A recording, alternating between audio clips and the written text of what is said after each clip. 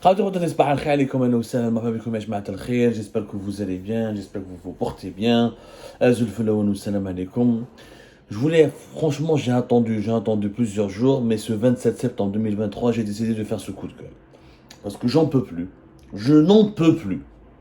Depuis des jours, depuis pratiquement une semaine, nous vivons au rythme d'une propagande anti-Cheb Khaled. Nous vivons au rythme d'une propagande de haine, de mépris, de fake news, de manipulation et de désinformation contre le Cheb Khaled, qui, qu'on le veuille ou non, sur le plan artistique, c'est le plus grand chanteur algérien encore en vie.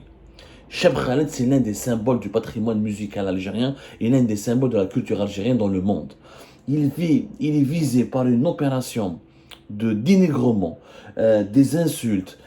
On essaie de lui infliger des humiliations, mais c'est insupportable. Alors ces derniers jours, des fake news circulent sur les réseaux sociaux en Algérie, propagées même par certains sites électroniques proches du régime algérien, avec une propagande des sites algériens qui sont connus pour leur propagande anti-marocaine, pour leur marocophobie. Et donc, Cheb Khaled, on dit qu'on a essayé de faire croire aux Algériennes et aux Algériens que Cheb Khaled a été refoulé à l'aéroport international d'Alger, ou là dans un aéroport algérien, on ne l'a pas laissé entrer en Algérie. Ce qui est une fake news. Et je mets Cheb Khaled, il est algérien, ou il a le passeport algérien. Comment l'Algérie pourrait le refouler? Aucun pays ne peut refouler un ressortissant, son propre ressortissant. C'est pas possible. C'est une fake news. C'est une fake news qui est grossière et qui est insultante. Non seulement elle est insultante vis-à-vis de l'intelligence des Algériennes et des Algériens, mais aussi elle est insultante vis-à-vis de ce monsieur qui a beaucoup donné pour l'art et la musique algérienne. Effectivement, Cheb Khaled, il est attaqué. Il a été d'ailleurs attaqué depuis 2013. Depuis fin de l'année 2013 où il a pris la nationalité marocaine, il a été attaqué. Donc jamais est depuis qu'il a pris la nationalité marocaine. Ensuite, ça s'est calmé un peu. Mais depuis 2021, à cause des problèmes politiques et la rupture des relations diplomatiques entre l'Algérie et le Maroc et le basculement des relations algéro-marocaines dans une crise politique et géopolitique beaucoup plus intense, beaucoup plus dangereuse, beaucoup plus violente qu'auparavant, Cheb Khaled est devenu la cible privilégiée des marocophobes en Algérie et de la propagande anti-marocaine en Algérie. Et on essaye de culpabiliser Cheb Khaled à chaque fois parce qu'il aime le Maroc, parce qu'il a des amis au Maroc, parce qu'il a la nationalité marocaine et parce qu'il a des intérêts au Maroc. Donc on essaye de faire de lui le coupable, le bouc émissaire, pour illustrer pour l'accuser de traîtrise, de trahison, et pour faire de lui l'ennemi de l'Algérie, parce qu'il a choisi le Maroc au détriment de l'Algérie. Ce qui est complètement faux. Ce qui est complètement faux. Je m'arrête à mon Cheb Khaled est un apolitique. Moi, je l'ai rencontré, je lui ai parlé, j'ai connu des amis qui le connaissent, j'ai assisté à ses concerts, j'ai analysé sa personnalité, j'ai connu beaucoup de personnes qui l'ont côtoyé de près. Cheb Khaled n'a pas d'opinion politique. Il est un vrai un politique, c'est un jouisseur, un bon vivant, c'est un véritable artiste, un homme pacifique, qui n'a jamais fait de la politique, qui n'a jamais voulu faire de la politique. ما يفرس فيها والو. هذه باش نتفاهموا عليها مليح. Sa nationalité en 2013 était justifiée par les intérêts qu'il avait au Maroc et par sa relation avec sa femme, qui n'est pas marocaine. Alors, à chaque fois, je lis dans la presse, sa femme est marocaine, sa femme est marocaine. Et je me dis, Cheb Khaled, sa femme n'est pas marocaine. Sa femme, elle est franco-algérienne. Elle s'appelle Samira Diaby. Sa mère, elle est marocaine, originaire de Oujda. Et son père est algérien. Et elle a vécu en France. Et elle a vécu en France. Sa femme, donc, elle est à la fois française, algérienne et marocaine. Voilà, en fait. Quand des millions de personnes, mais des milliers, parce qu'on n'a jamais voulu révéler ces chiffres. On n'a jamais, c'est un grand tabou, on n'a jamais voulu révéler la vérité sur les relations, l'intensité des relations humaines entre l'Algérie et le Maroc. Combien de personnes sont à la fois algériennes et marocaines? Ce ne sont pas des milliers, ce sont des millions. Le brassage, depuis des années, depuis avant l'indépendance de l'Algérie, des milliers d'Algériens ont vécu au Maroc, des milliers de Marocains ont vécu en Algérie, des milliers d'Algériens ont épousé des Marocaines, des milliers de Marocains ont épousé des Algériens. Il y a un tel brassage que nous avons aujourd'hui beaucoup de couples mixtes et beaucoup de familles mixtes. Et des descendants de familles algéro-marocaines, ils sont très nombreux. D'ailleurs, Cheb Khaled lui a rendu une fois un hommage dans une chanson, Samira. C'était le grand amour de sa vie. Sa première femme, la femme qu'il a fréquentée au départ quand il est venu en France en 1992, était d'origine marocaine, une certaine Kalima Benkaïda. Mais sa femme actuelle, Samira Diaby, elle est franco-algérienne et d'origine marocaine. Elle a la nationalité algérienne. Je ne sais pas si elle avait. En tout cas, en 2013, jusqu'en 2013. En 2015, elle n'avait pas la nationalité marocaine. Est-ce qu'elle l'a obtenue plus tard? Mais elle est Il s'est installé au Maroc, Cheb Khaled, parce que sa femme elle n'aimait plus la France. La France commençait à être, jusqu'à aujourd'hui, à développer quelques réflexes islamophobes. Elle se sentait plus à l'aise. Elle avait peur pour l'éducation de ses enfants. Elle voulait éduquer ses enfants de façon maghrébine, à la musulmane, de façon maghrébine, musulmane, à la marocaine, à l'algérienne. Et elle a préféré s'installer au Maroc parce qu'elle estimait que la vie au Maroc était plus agréable, plus douce, et qu'il pourrait, Cheb Khaled, investir. D'ailleurs, Cheb Khaled a fait des investissements au Maroc.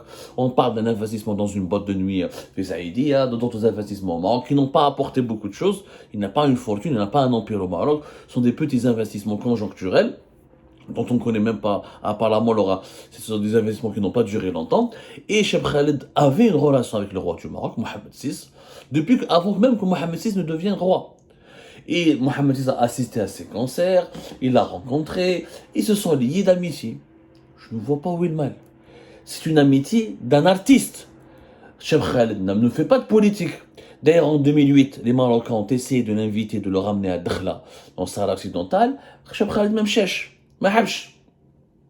Il venait au Maroc, il participait à des concerts, comme le fameux concert festival de Mouazine de Rabat. Il a fait plusieurs concerts au Maroc, etc. Il aime la culture marocaine, c'est un Oranais. Comme tout Algérien se sent à l'aise au Maroc. En Algérie, le Maroc, ils se sentent pas à l'aise. C'est notre deuxième pays. Même culture, même tradition. Nous avons des valeurs, les mêmes valeurs. Nous avons des personnalités différentes, quelques coutumes différentes, quelques traits de caractère différents. Mais on est complémentaires. Historiquement, géographiquement, humainement, il n'y a pas un Algérien qui parle au Maroc qui ne se sent pas à l'aise. Il y a des milliers d'Algériens qui vivent au Maroc. Dans des cadres, dans des hommes d'affaires, des milliers. Certains même se le cachent. Certains, il y a même des Algériens que je connais qui cachent leur résidence au Maroc pour ne pas me susciter les critiques, etc. Il y en a qui sont ils sont très nombreux, très très nombreux. Donc, les deux hommes, selon les éléments biographiques les plus fiables, Mohamed VI est depuis le début des années 80, depuis le début de la carrière de Cheb Khaled, et voilà, ils sont restés amis, etc. C'est une amitié, mais qui elle n'a aucune dimension politique. Cheb Khaled a de l'admiration pour le Maroc, pour ce qu'il a réalisé, pour la vie au Maroc, comment elle est à l'aise, pour la stabilité du Maroc, pas plus. Cheb Khaled n'a jamais fait de propagande, voilà, le Maroc a raison d'occuper le Sahara occidental. On n'a jamais dit que le Maroc est plus fort que l'Algérie, ou là je choisirais le Maroc, c'est un homme pacifique. Wallah, Cheb Khaled, c'est un homme pacifique. Mais il n'a pas de culture politique. Mais il a une culture musicale. C'est un homme du peuple. C'est un homme du peuple. Il est là pour la culture populaire. Il illustre la culture à profondeur et la noblesse de la culture populaire algérienne. Mais il n'a la politique. Aujourd'hui, les gens l'attaquent. On lui prête des intentions lobby. On essaie de faire de lui un lobbyiste marocain. On l'accuse de comploter contre l'Algérie. On l'accuse d'avoir trahi l'Algérie en 2019 parce qu'elle a chanté pour l'équipe nationale marocaine. Je mets à la noblesse. C'est quelqu'un c'est un Algérien qui assume son algérianité jusqu'au bout, mais qui a fait le choix d'être aussi marocain parce qu'il a des liens affectifs avec le Maroc. De nombreux artistes arabes, de nombreux artistes européens ont une double nationalité, ont des attaches affectives. Il y a beaucoup d'artistes français qui se sentent italiens et français en même temps, et des personnalités culturelles en France qui se sentent portugais et français en même temps. Il y a des Américains qui se sentent américains et cubains, ou là, américains et mexicains à la fois. C'est le brassage, le multiculturalisme, la double culture, la double identité, c'est devenu ça fait partie des éléments caractéristiques de la modernité dans le monde dans lequel nous vivons. Où le brassage culturel ou la complexité des liens humains fait en sorte qu'on ne peut pas avoir une seule identité et qu'on peut avoir deux sentiments d'appartenance, notamment à deux pays ou à deux nations qui se ressemblent culturellement et qui sont très proches historiquement. انا ما فهمتش بوضياف عاش في المغرب بوضياف الله يرحمه c'était un traître il était réfugié au Maroc pendant des dizaines d'années donc Boudiaf c'est un traître وين عاش بوضياف كان في المغرب donc c'est un traître les Marocains les moudjahidines algériens qui étaient vus au Oujda au Maroc lors de la guerre de la libération donc c'est des traîtres et combien de Marocains ont soutenu la révolution algérienne et combien d'Algériens ont soutenu le Maroc dans leurs relations dans les relations dans les séquences historiques les plus importantes du Maroc. Et je m'aime, Cheb Khaled, foutez-lui la paix. Respectons-le, ce gars-là. On ne peut pas demander à un artiste de faire ce qu'on... c'est comme si l'Algérie, en ce moment, les autorités, parce qu'à l'époque de Bouteflika, elle n'était pas comme ça, même si vers les dernières années, les rapports se sont un petit peu compliqués, mais il a toujours été le bienvenu en Algérie, d'ailleurs, Cheb Khaled a soutenu Abdelaziz Bouteflika pour le quatrième mandat, etc., où il a joué un rôle. Donc s'il était proche, s'il était un agent marocain, pourquoi il a soutenu le régime Bouteflika? Le régime Bouteflika avait entretenu des problèmes politiques permanents avec le Maroc. Le régime Bouteflika n'était pas pro-marocain. Il n'y avait pas la fermeture des frontières était maintenue, les problèmes diplomatiques et politiques avec le Maroc étaient toujours d'actualité, mais normal. Cheb Khaled, quand il est quatrième mandat, il soutenait Abdelaziz Bouteflika, quand il fait de campagne, etc. Voilà, شوفوا, on ne peut pas lui reprocher de ne pas être à la hauteur de ce qu'on veut. C'est pas un écrivain, c'est pas un philosophe, c'est pas un scientifique. Cheb Khaled est un artiste. Il a une belle voix, il a une grande sensibilité. Il a apporté énormément de choses à la culture algérienne. Je vous rappelle, regardez sa carrière, Yajma, de 1992, du début des années 90 jusqu'à aujourd'hui. Choufou Yajma, en 2010, il était l'artiste algérien qui a participé à l'ouverture de la Coupe du Monde en Afrique du Sud. 2010. La chanson algérienne, la culture algérienne était présente lors de l'événement sportif le plus suivi du monde. Euh, en 2000, En 2003, il était ambassadeur de bonne volonté pour l'Organisation des Nations Unies pour l'alimentation et l'agriculture. Il a participé à des musiques de films. Ses clips, il a fait des concerts dans le monde entier. On va voir, regardez juste son palmarès. Qu'est-ce qu'il a obtenu comme récompense. Il force le respect. Alors, César de la meilleure musique originale en France pour le film 1, 2, 3 Soleil en 1994. Victoire de la musique en 1995. Cora Awards, meilleur chanteur nord-africain en 1997. Chanson de l'année sur le continent africain, chanson de l'année en 1997. World Music Award pour 1, 2, 3 Soleil en 1999. Ces titres, regardez le nombre de concerts où Cheb Khaled était présent. Regardez, on va prendre les 10 dernières années. Chauffe-vous, 10 dernières années, pour le week-end, Cheb Khaled. Il a parlé, chauffe-vous, la Belgique, en 2019, en mars 2019. L'Allemagne, en juin 2016. Belgique encore en décembre 2014. Je ne parle pas des concerts qu'il anime en France, la France parce que lui il a vécu en France, il a été au Luxembourg, il a préféré rester au Luxembourg parce qu'il ne voulait pas, comme beaucoup même de riches Français payaient beaucoup d'impôts, ça c'est sa vie, on s'en fout. En Norvège, novembre 2014. Danemark, octobre 2014. Les États-Unis, avril 2014. Miami, les États-Unis, décembre 2013. Miami encore, octobre 2013. Cheb Khaled a fait le tour du monde. A fait le tour du monde. M'khlech tous les continents. Il a été l'ambassadeur de notre culture. Il a fait connaître le rail algérien. L'homme, il a apporté énormément à la culture algérienne. Il n'est pas parfait. Il parle pas très bien en public, il n'est pas très cultivé, c'est pas un homme superbement raffiné. On peut lui reprocher tout ce qu'on veut, mais il est lui-même. Et aujourd'hui, il a 63 ans. Il a une grande carrière de plus de 30 ans, 40 ans maintenant de carrière pratiquement. Le tour du monde. Il a fait des concerts en Afrique, en Amérique, en Asie, etc. Là où il a été.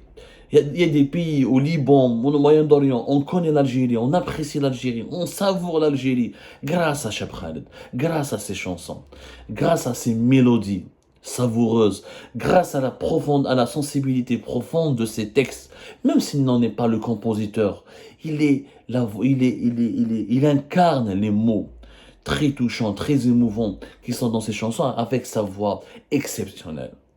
Son parcours, Cheb Khaled incarne quand même cette Algérie qui a survécu au terrorisme, à l'islamisme des années 90. Cette Algérie qui est restée joyeuse, qui est restée debout, qui a continué à croire à la vie, qui a continué à se battre pour la vie. Respectons-le, Ejma. Hakou, Habikoun, il se sent bien au Maroc, c'est son droit. Je vous l'ai dit 1000 fois. Faut-il aimer, pour aimer l'Algérie, faut-il détester le Maroc, diaboliser le Maroc? Pour aimer le Maroc, faut-il détester, diaboliser l'Algérie? Ce n'est pas vrai. Ce n'est pas vrai, c'est faux. C'est faux. Il y a des millions d'Algériens ou d'Algéro-Marocains. Où je vous assure qu'il y a beaucoup d'Algéro-Marocains qui se le cachent. Aujourd'hui, c'est un drame. Je connais moi pas mal de gens. Des ingénieurs, des hommes d'affaires, des médecins. Beaucoup d'Algériens ont une mère originaire de Oujda. Beaucoup d'Algériens sont originaires. Bouteflika est originaire de Oujda. Donc Bouteflika est un traître. Donc Bouteflika était un traître lieutenant. Anoblis, Yachma, Anoblis. Allez voir le nombre de personnalités algériennes qui ont vécu ou là, qui ont des liens directs ou indirects avec le Maroc. Ils sont très nombreuses. Certaines même, encore une fois, le cachent, le dissimulent, cette marocanité cachée. Aïb, Ouar.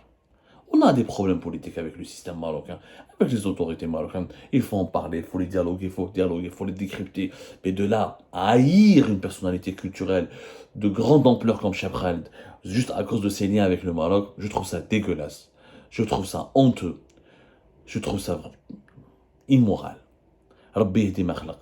Foutez la paix avec Cheb Khaled. Je lui assure toute ma solidarité. Je lui assure toute ma solidarité.